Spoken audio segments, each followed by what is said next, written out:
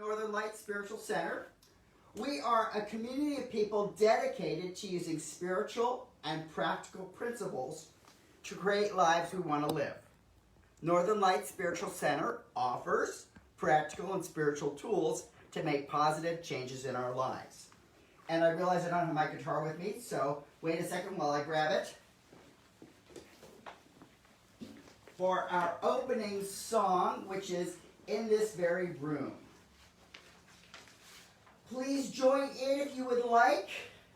If you know it, please just listen if you prefer that.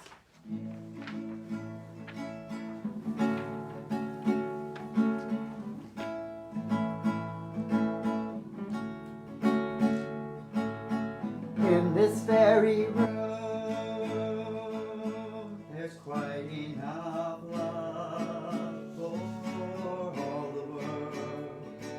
And in this very room, there's quite enough joy for all the world. And there's quite enough peace and quite enough power to walk through our every fear. For Spirit, sweet Spirit, is in this room.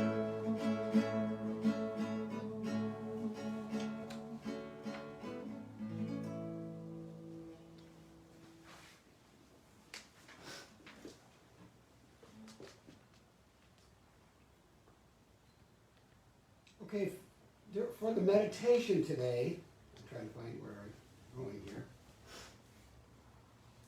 I'm going to play, excuse me, I'm going to play something, and I just invite you to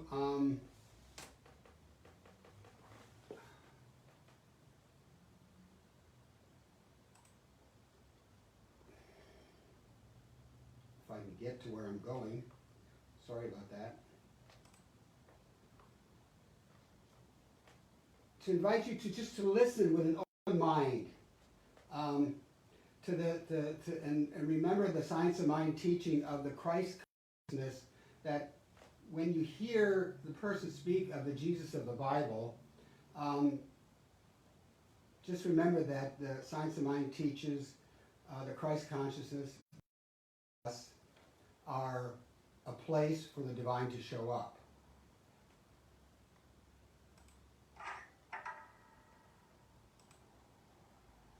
If you were a praying man, it would be socially acceptable to devour your mate.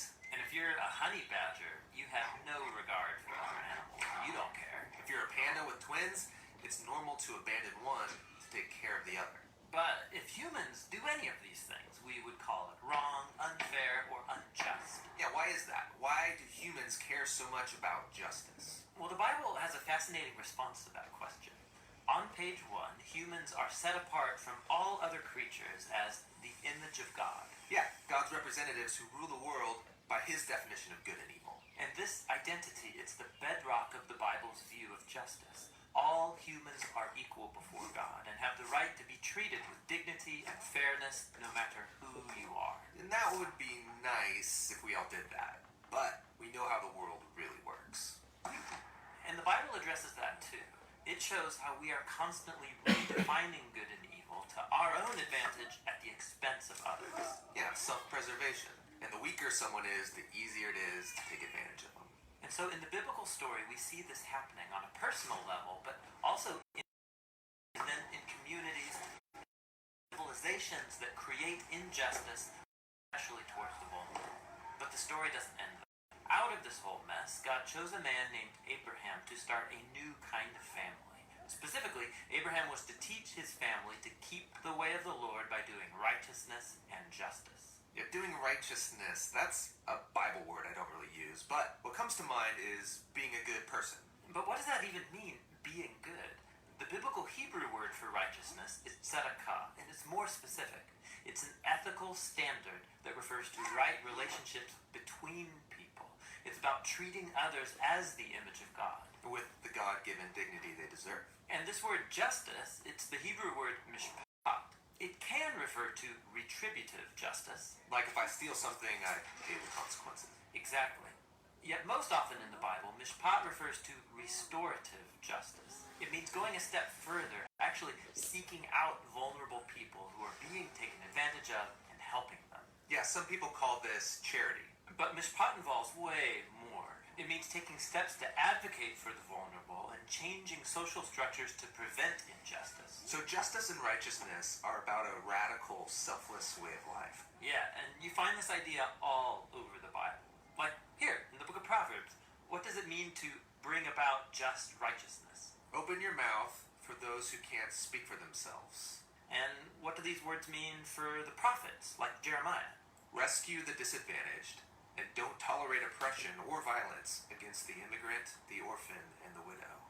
And like here, look in the book of Psalms. The Lord God upholds justice for the oppressed, gives food to the hungry, and sets the prisoner free. But he thwarts the way of the wicked.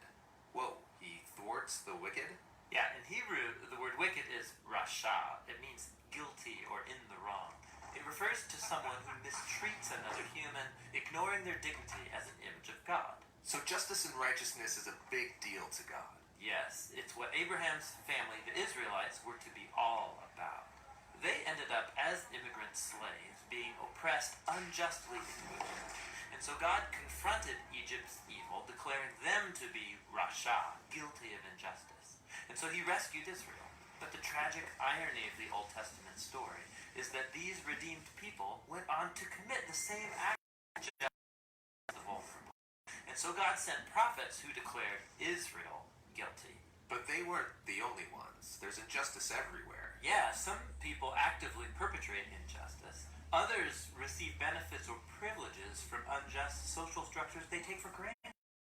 Sadly, history has shown that when the oppressed gain power, they often become oppressors themselves. So we all participate in injustice. Passively, even unintentionally.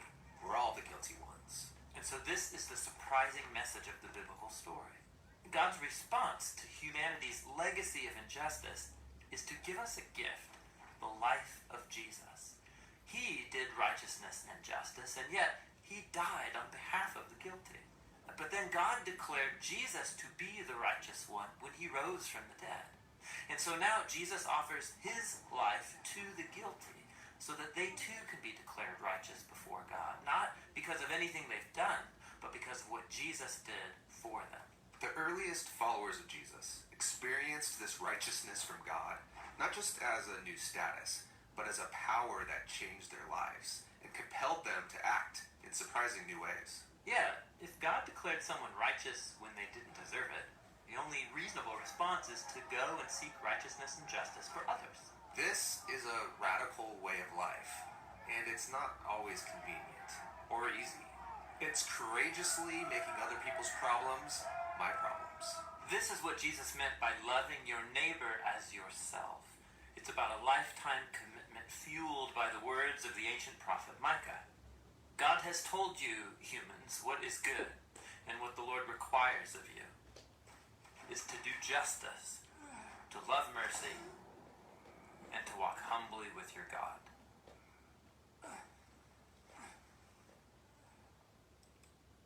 And so it is.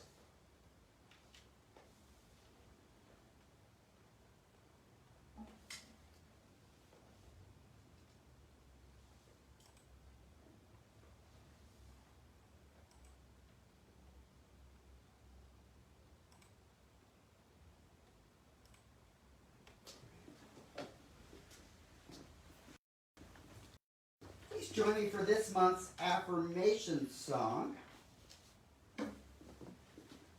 You all know the routine, or many of you may know the routine. The first verse is I, first person. Second verse is you, second person. Third verse is we, which isn't third person, but anyhow. And then come back to first person I.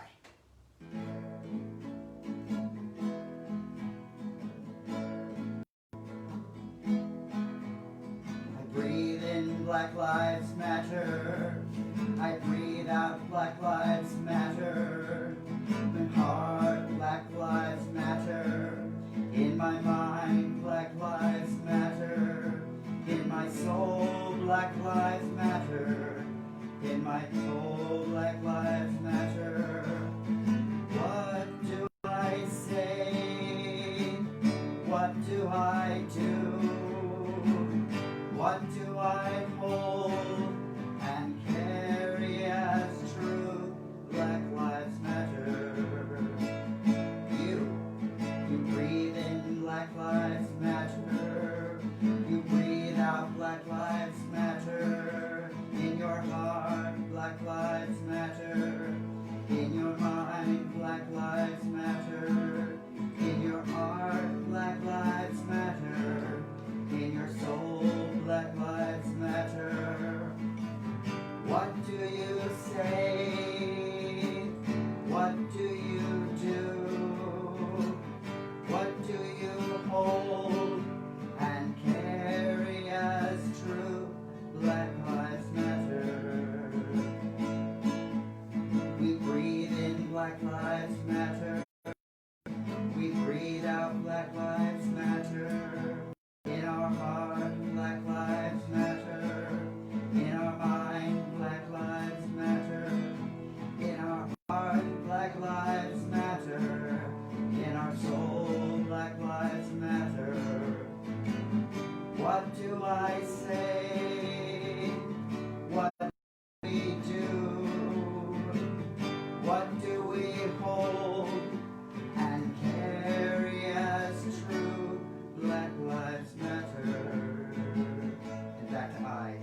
I breathe in, Black lives matter. I breathe out, Black lives matter. In my heart, Black lives matter. In my mind, Black lives matter. In my heart, Black lives matter. In my soul, Black lives matter. What do I say? What do I do? What do I hold and carry as true? Black lives matter.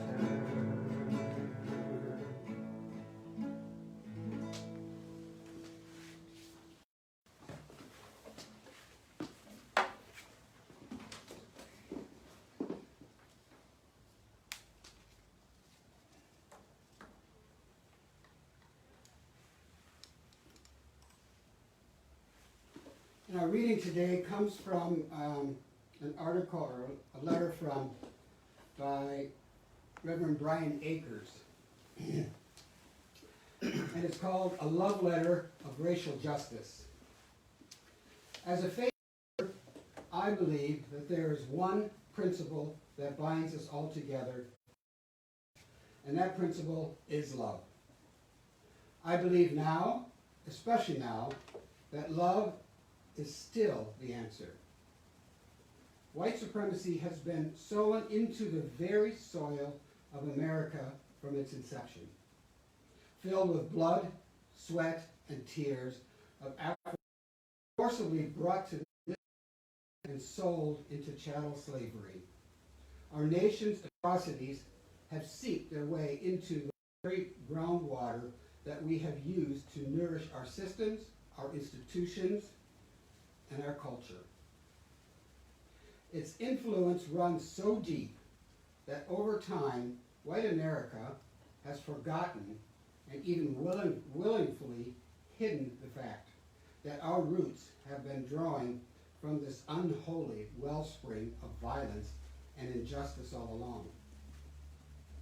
Being of this irrefutable truth, Black Americans continue to experience oppression at this very in every sector of our society.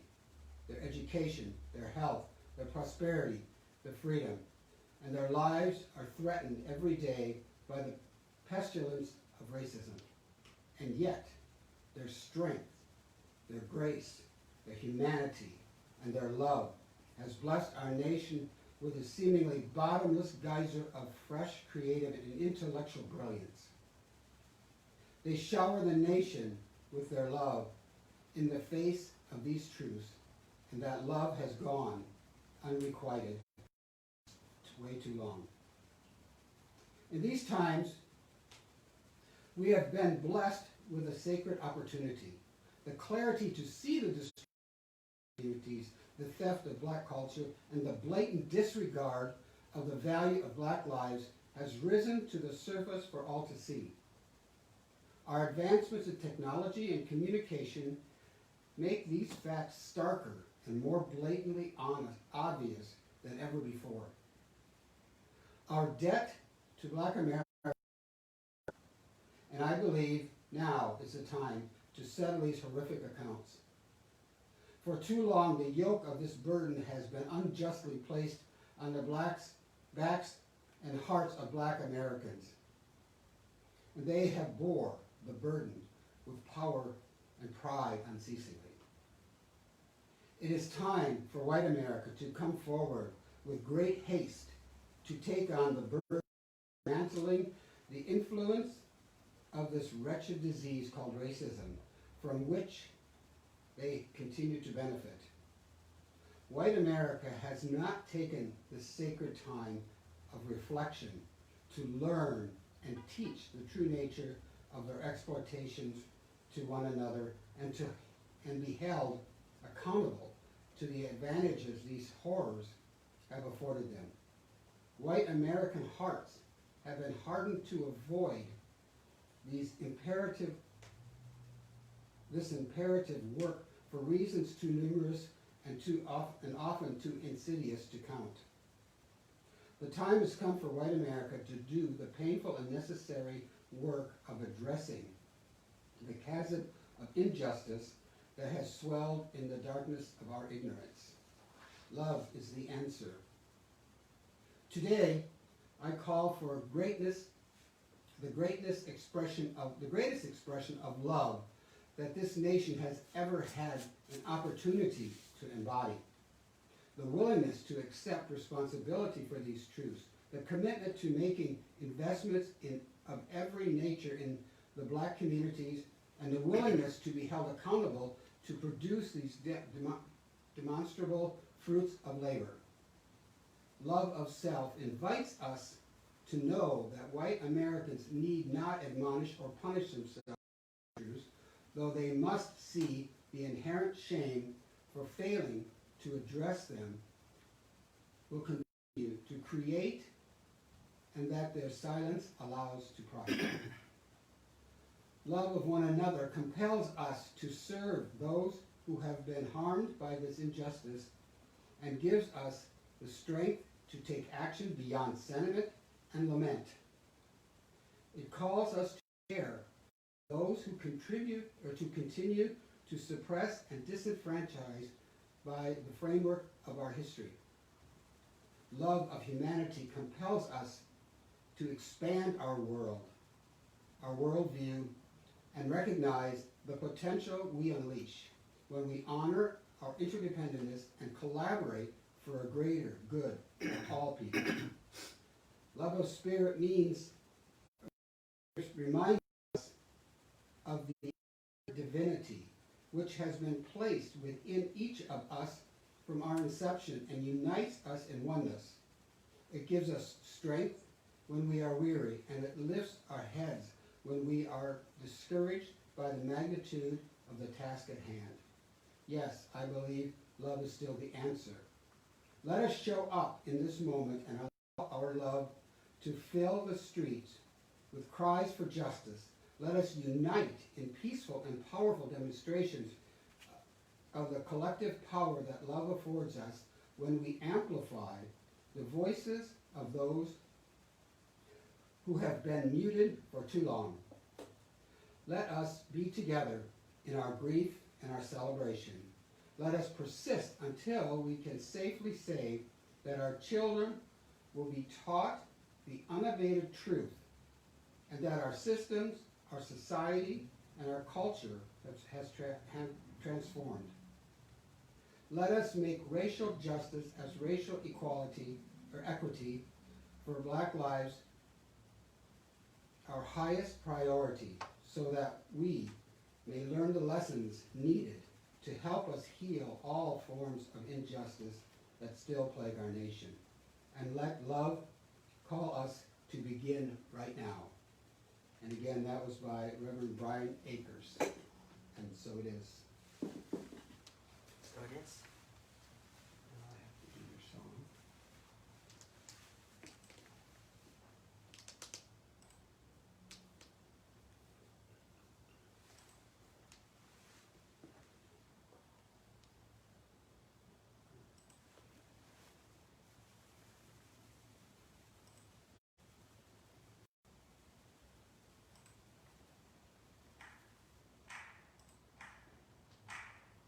You may write me down.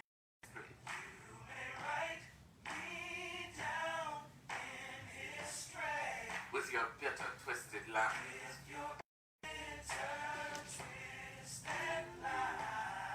You may trod me. In the very dirt. But still like dust.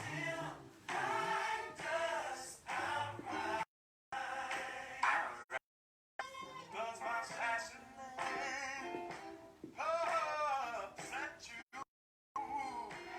Why are you beset with gloom? Why are you beset with gloom? 'Cause I walk like my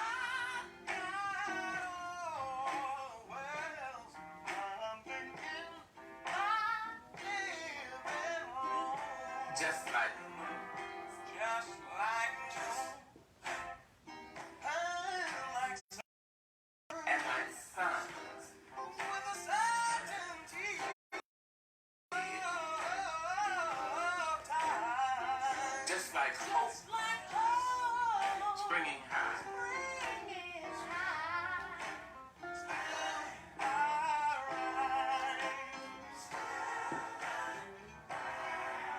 Did you want to see me broken? Did you want to see me broken? Bowed head and lowered eyes. Shoulders falling down like teardrops. Waking by my soul. By my soulful cry. Does my heart is a fail? Don't you take it off. Don't take it off of heart.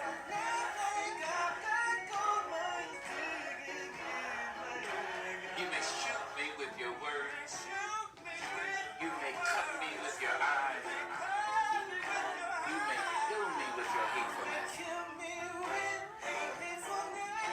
But still, like life, I'll rise.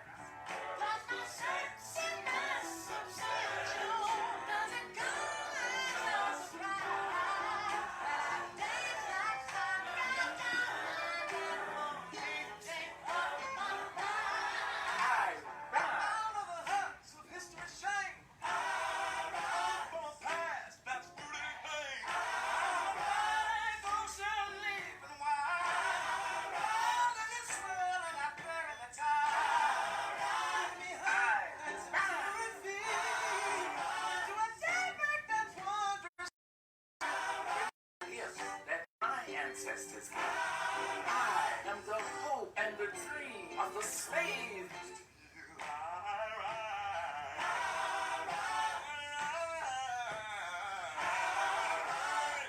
Just like the moon, still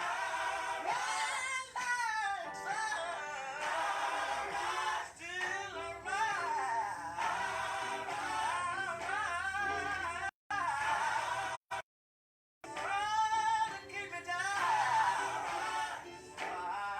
Come back on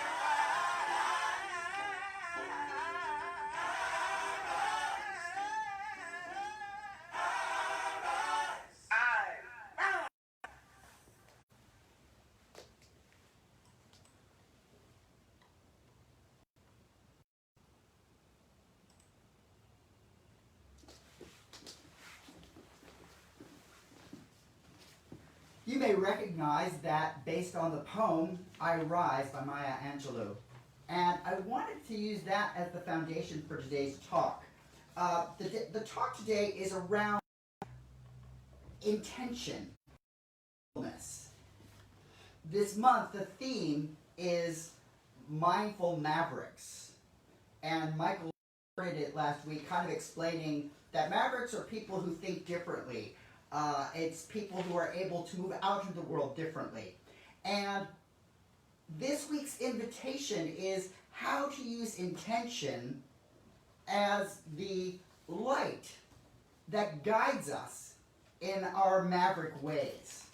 So I'm going to leave us with 3 questions that we can use as our spiritual practice for this week. Who do you think you are? Do you know who you think you are? And how powerful is my mind? So based on those 3 questions, I want to come and lead us to the center point in a Science of Mind teaching, which is the power of our thoughts and the power of our words.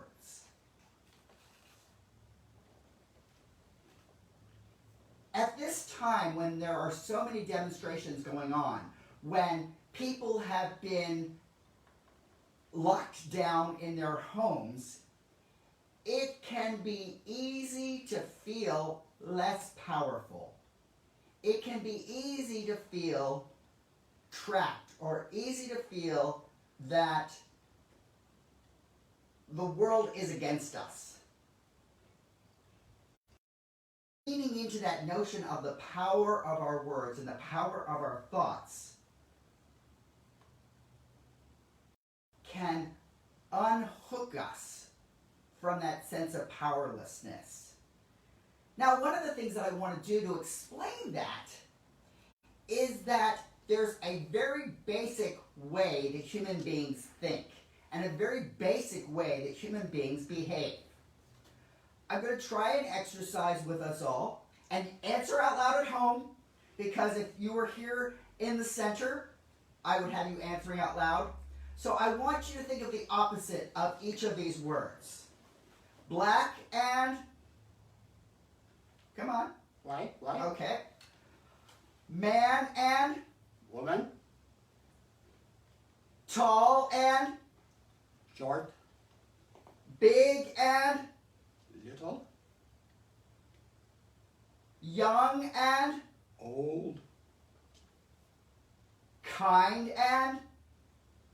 Mean. The reason that I'm engaging in this practice is that we have a process of mind that breaks the world into 2 parts. So this notion of opposites is one of the ways that our mind engages. It's one of the ways that our minds make sense of the world. And this practice, it operates almost automatically. Once we learn this process, it's very difficult to break it apart. Now, I go through these lists because people have studied something called bias. When we have these opposites, it's very easy to think of them as value-free. But in point of fact, they aren't value-free. One of the studies that looked at racial biases took a picture of a person of color and took a person who's Caucasian and then asked people to ascribe different attributes to group. And not surprisingly, with the amount of bias in the world, people of color tended to be labeled with attributes that more typically get as negative attributes rather than positive attributes. They did the same practice for men and for women, and they found that tended to be more heavily attributed with the lesser desirable characteristics. There's a special term for this called intersectionality. And I'm going to have the Zoom people, how many of the Zoom people have heard of the term intersectionality? Okay, I'm seeing a shaking head. I'm seeing a hand raised. So what I'm going to talk about with intersectionality is that each one of us comes into the world with a variety of attributes. So the notion is that we are people who are people of ability or people with impaired abilities. We are people that can be male or female or non-binary. We can be transgendered or cisgendered, which is that we look at ourselves when we come into the world as the way that people assigned us a particular gender, or we don't fit with that gender that got assigned to us because of our external genitalia. We can be people of color, or we can be Caucasian, people who are white. And what the drawing that I got for this was that if we take a stick figure and we put in all of these different arrows about the nature that we can be, intersectionality is how all of these different attributes can impact us as people. Now, oftentimes, white people will try to get ourselves off of the hook that life is worse for anybody than ourselves, because we moan and complain about the one point of intersectionality where we are different. So a thing that I can do is that I was differently able. By virtue of my diabetes, I had to move through the world differently. I couldn't just engage in the world the same way that my peers could. Another point that a lot of white people play into is the notion that, well, I'm poor too. I don't have as much money as those other people, so I am burdened. The notion of intersectionality is that it helps us become aware. It helps us turn on the light of the ways that we are privileged or unprivileged. The way that we have advantage versus the way that we don't have advantage. Now, what does all of this have to do with intentionality? Part of it is about bringing it to consciousness, bringing it to light, rather than just simply operating from a place of non-review, from a place of unconsciousness. I remember very early on in my studies with the science of mind teachings, I was very irritated about the idea of automatic action of the law, and that it will take unconscious and bring it forward into the world as easily as it takes up that which is conscious. So, the notion is that some things manifest, some things demonstrate in our lives by virtue of what's conscious and by virtue of what's unconscious. And it's an important thing to remember, because the notion of intentionality is, how do we bring light to our unconscious? How do we bring awareness to a place that was unaware or previously unaware? And when we do that, we're able to engage differently. So that question of, who do you think you are? How do we bring to light and bring into consciousness the things that we have taken for granted? Who do we think we are is much bigger than we imagined. There's something called the Jokari window. And I don't know, I'm seeing Tan, who's our psychotherapist in the group, nodding her head. The Jokari window was something that was a way of considering consciousness. And it operates along two domains. So it's like the y-axis and the x-axis. So the one range is, how much do I know about myself? And there's just tons of stuff that we may know about ourselves, and there's just tons of stuff that we don't know about ourselves. And then along this axis, there's like, what do others know about us? There may be things that we just, we meet somebody and we tell it right away. So the window that everybody operates out of most of the time is what we know about ourselves and what we know to everybody else. Now, the scary part is when we don't know things, I know that many of us have come up with friends who are completely clueless about themselves. You know, the ones who keep getting in that same relationship, that ones who keep complaining about life and they get it, and no matter how much you try to hold up a sign, would you just pay attention? There's that notion of we can know things about others that they don't know about themselves. And then there's that realm where we know things and others don't know about us. We may share it only with two people. We may never share it because it can be a point of shame. It can be a point of pride. It can be all sorts of things. And then there's that last corner. What nobody knows and what we don't know. One of the tricks with the Science of Mind teaching, with the who do you think you are, is how do we keep pushing that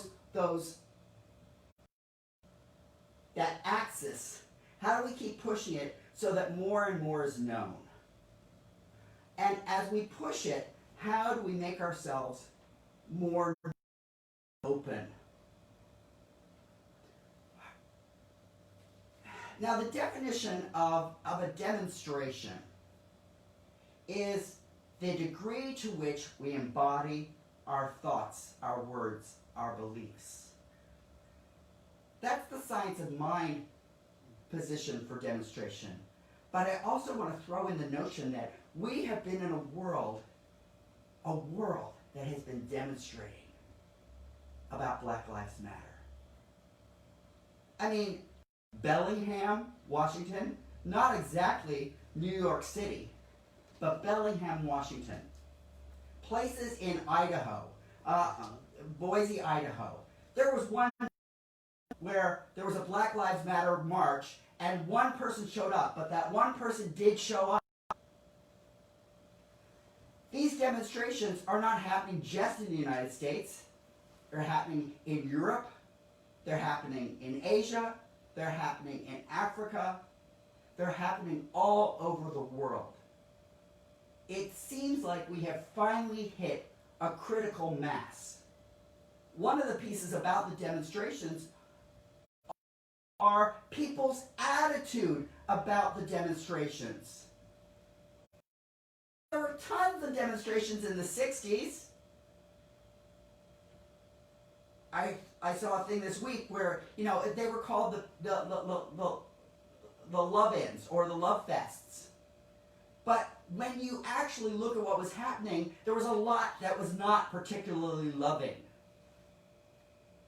Bringing on the National Guard to shoot students at Kent State, that was not an act of love.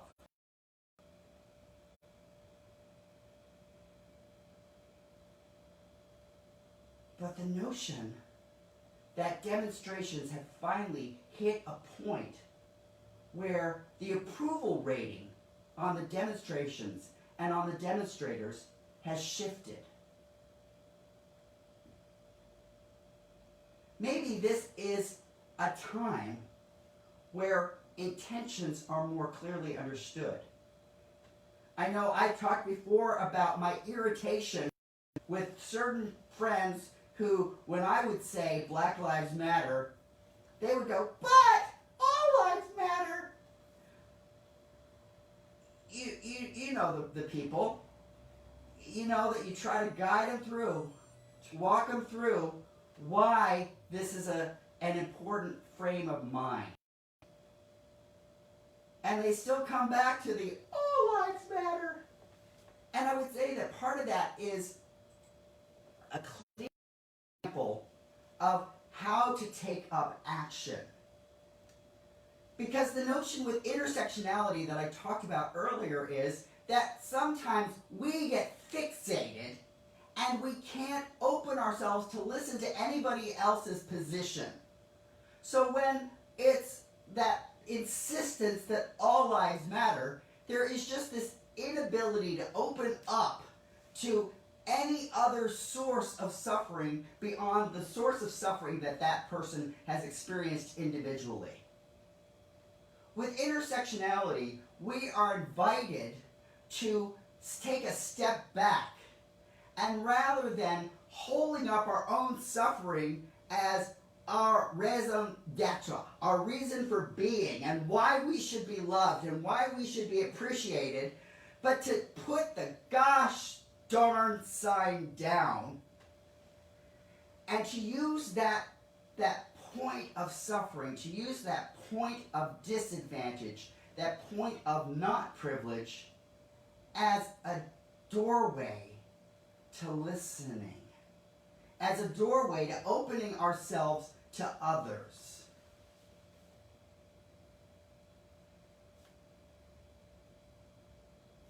How do we let our own experience of suffering make us available rather than being something that shuts us down and makes us treat our world and our perspectives as the box that has to be defended against any invasion that says any suffering that's different from my suffering doesn't matter because really I am the center of the universe and only I matter. I say this because one of the tricks with intentions is becoming conscious of it. To watch when do I fall into those patterns and think that only my suffering matters. When do I fall into those habits, those words that were spoken 25, 35, 45 years ago, and I still hold on to them like a little life raft, and that I am willing to let it go so that I become available in a way that I've not been available before.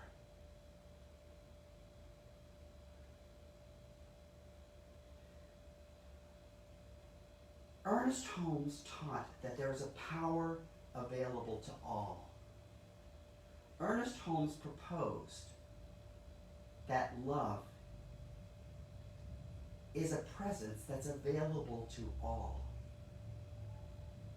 One of the teachings that really attracted me to the science of mind is that some people have a more automatic way of feeling grounded to the divine. And the notion that there are names for the divine, like beauty and power and wisdom and truth and wholeness and love. Each one of us has come into the world. We are each uniquely created. And then as we come into the world, we fall into a particular system of social justices and injustices. I, as a white man, as a cis white man, came in with a set of privileges that aren't available to women of color or transgendered people of color.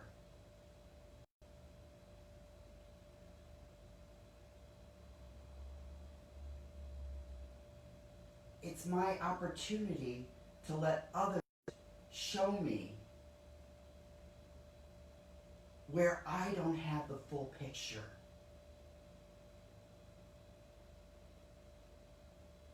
How powerful is our mind? Our mind is as powerful as it is expandable. If we only hold on to that little piece that makes us special, then we are out of touch with our power. There's one situation that I want, besides that black and white, that opposites notion of how the mind thinks. There's something called a negativity bias. And the idea of negativity bias is that we tend to remember the bad things more easily than we remember the positive things. And it's just how the mind works. I mean, it really takes having stuck your finger into the light socket that reminded us that that's just not a good thing to do. You know, you put your hand on the stove and you learn, hey, I'm not going to put my hand on the stove. We get bitten by a dog because we ran up to it and hugged it and it bites us. And we learn that, hey, maybe I shouldn't just hug every dog. Or I shouldn't just pick up my kitty cat because it's cute. When kitty cat scratches and bites, we learn those scratches and bites don't feel good. The negativity bias is the notion that we remember those things. We remember we hold on to trauma. We remember because it's what keeps us safe. But the negativity bias is that if it only focuses us on that, that's all we keep seeing. So, this week, there was news, and I'll put it in quotes, there was news about the dangerous anarchy that was happening on Capitol Hill here in Seattle. And how there was this dire, dangerous world that was being created. There was this chaos. There was this crisis. And it was terrible. My mother was on the phone with me last night, and she was just so worried and stressed out that I was living in this city where these things were going on. And I rather crossly said that news was lies. And that even the lying news producers put out an apology. But the problem with the apology is that once the news gets spoken, it's very hard to counter the negativity that gets shared. It's very hard to unsay things. It's very hard to undo things. And I just remind people what I learned from my sister, who's a speech-language pathologist, who worked for a summer with a camp load of language-delayed 3-year-olds. And she learned that the best way to direct a camp full of language-delayed 3-year-olds was to give them exactly what you want. When you say to that squadron of language-delayed 3-year-olds, don't run, what do you think? They stop from running? No. They hear the word run, and they are off in all directions. I've done it before here at the center when I say about pink and purple elephants dancing. I have a simple task, because even though you had no notion of pink or purple elephants dancing, now that image just pushes itself. It presses itself. We have just an impossible way of responding to the don't. The trick with the science of mind is to think precisely and to think intentionally. So, set our intentions and then fulfill them. How many times do we set an intention at the beginning of the year and we know a week later we're done with it? Because it doesn't work. We have to match our word with works. We have to turn it. Ernest Holmes described the process of treat. Let everything be a prayer. Let all of our thoughts become conscious. He also gave the admonition, and move your feet. Treat and move your feet. It's the and. It's just the one.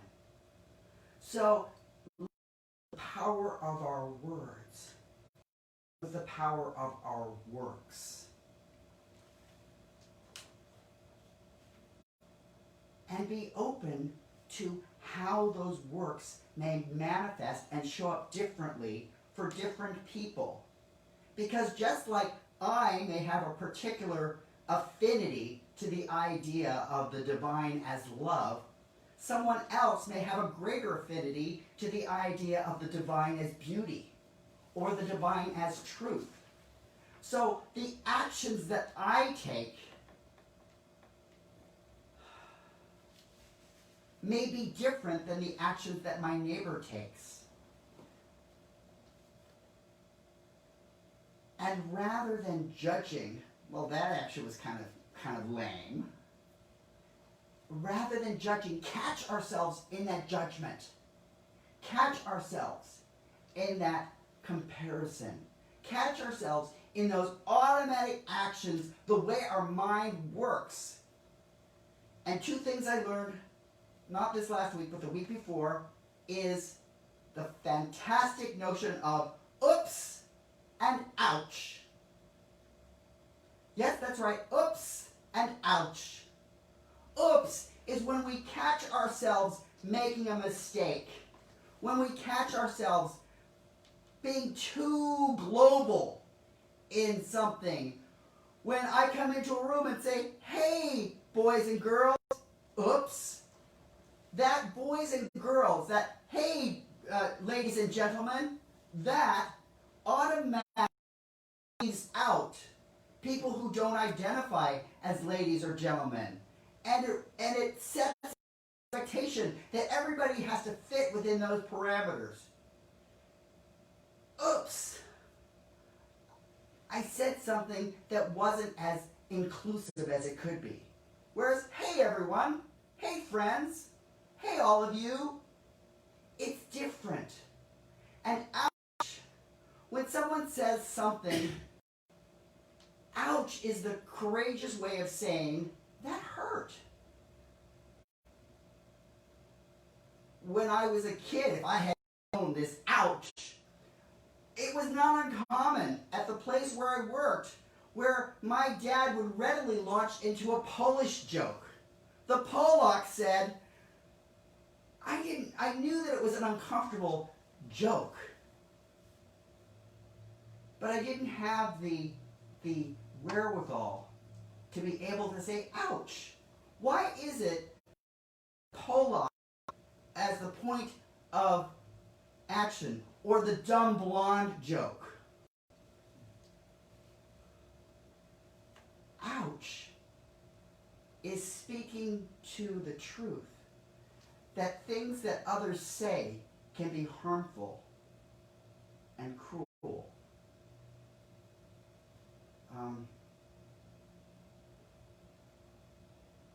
A lot of the things that our president puts out are ouch elements. And sometimes simply declaring it as ouch. I mean, obviously this person got enough pushback because he was going to have a rally on Juneteenth, which is a day of special significance for African Americans. And of course his rally was not going to be one of celebration of African Americans. He's not really somebody who celebrates African Americans. He's not really who celebrates anybody but him.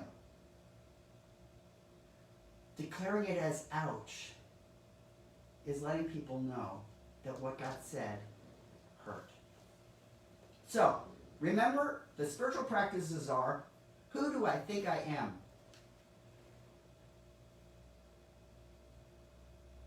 We all have habits that have been laid down.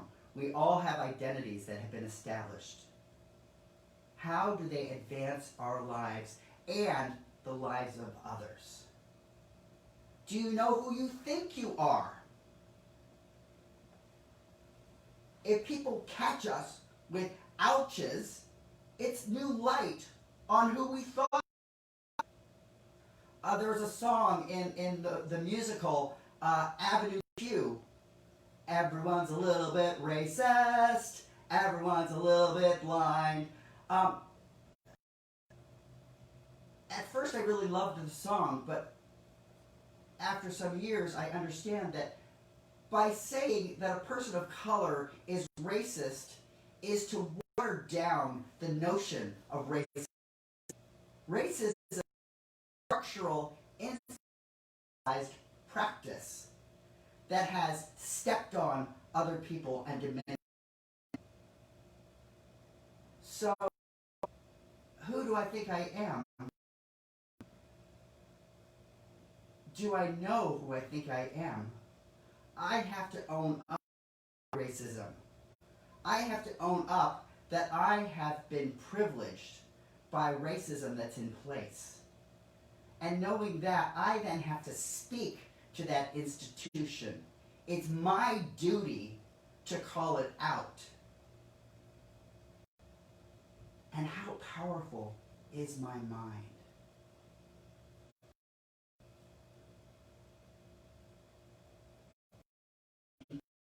With the automatic negativity bias, I can continue to tell all the stories about how tragic and sad and terrible my life has been, and that science of mind teachings have taught me about the value of positive thinking.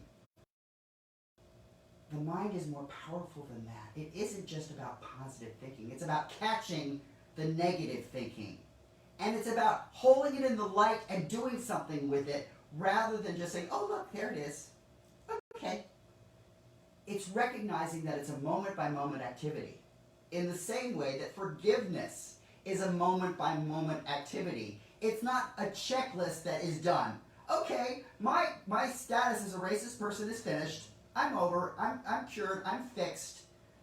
How powerful the mind is that each one of us gets to continue until our very last breath to be places of light and justice and mercy in the world. And so I say, Amen, Ashe, and so it is. And I'm looking for the little, I'm looking for that little thing. So, thank you for joining us at Northern Light Spiritual Center, either through Facebook or through Zoom today. We will be here again next Sunday because we have not yet come to the point where our city and counties circumstances say, get together, be in a room together, breathe on each other, have fun. If you would like to donate to the center, please go to our website, which is really complicated, not at all. It's really northernlightsspiritualcenter.com. northernlightsspiritualcenter.com. And you can hit the donate button. For those who joined us on Zoom, you're invited to stay after for a post-talk conversation for what were sparks of like, ooh, that's it set off an insight, or even, it's an opportunity to say, Vaughan, you really the mark. So here's what you could do differently. Thank you all, and many blessings. And so it is.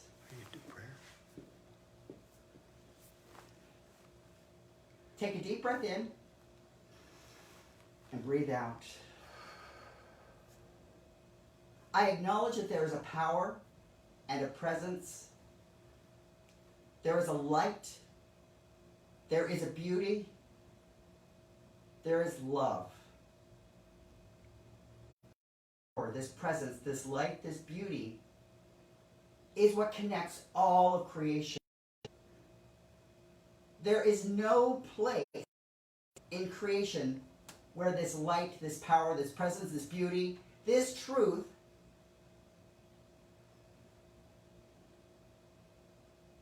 does not extend. So I lean into my recognition of this. I lean into it, and if it is in all places, in all times, in all experiences, then it is in me now, and it is in each person right here, right now. There is nothing that is outside of this. There is nothing that is beyond this. This is an ever-expressing, ever-extending, ever-expanding one. So I acknowledge it present in each and every one of us. I acknowledge it present in each action that comes before us. For if an action seems to hurt us, if an action seems to be an injustice, it is actually a call for good to be present, for us to come forward as more good, as more love, as more light, as more truth, as more power. Every situation is an opportunity, a doorway through which we can march and take a stand. And I give thanks for the decisions, for the choices, for the contemplations of becoming more conscious, moment by moment by moment. I give thanks for making ourselves available to be spaces of light and love and presence and joy and beauty and goodness. And from this place of gratitude, I release these words to the automatic action of the law, which is really another way of saying that it simply makes it so. And I say, and so it is. And so it is. Amen.